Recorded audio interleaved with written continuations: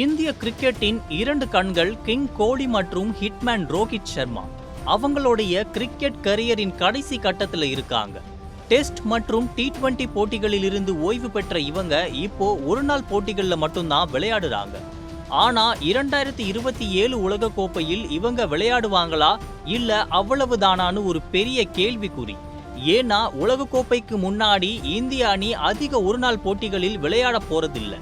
Match practice இல்லாம எப்படி ஃபார்ம்ல இருக்க முடியும்? இதுக்கு நடுவுல ரோஹித்துக்கு 38 வயசு, கோலிக்கு 37 வயசு ஆக போகுது.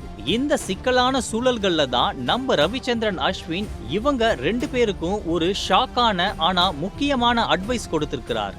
தன்னுடைய யூடியூப் நிகழ்ச்சியில அஸ்வின் என்ன சொல்லிருக்கிறாருன்னா, விராட் கோலியும் ரோஹித் சர்மாவும் இந்தியா ஏ அணிக்கு ஆடணும், இல்லனா விஜய் ஹசாரே டிராபி மாதிரி உள்ளூர் போட்டிகளிலாவது விளையாடணும்.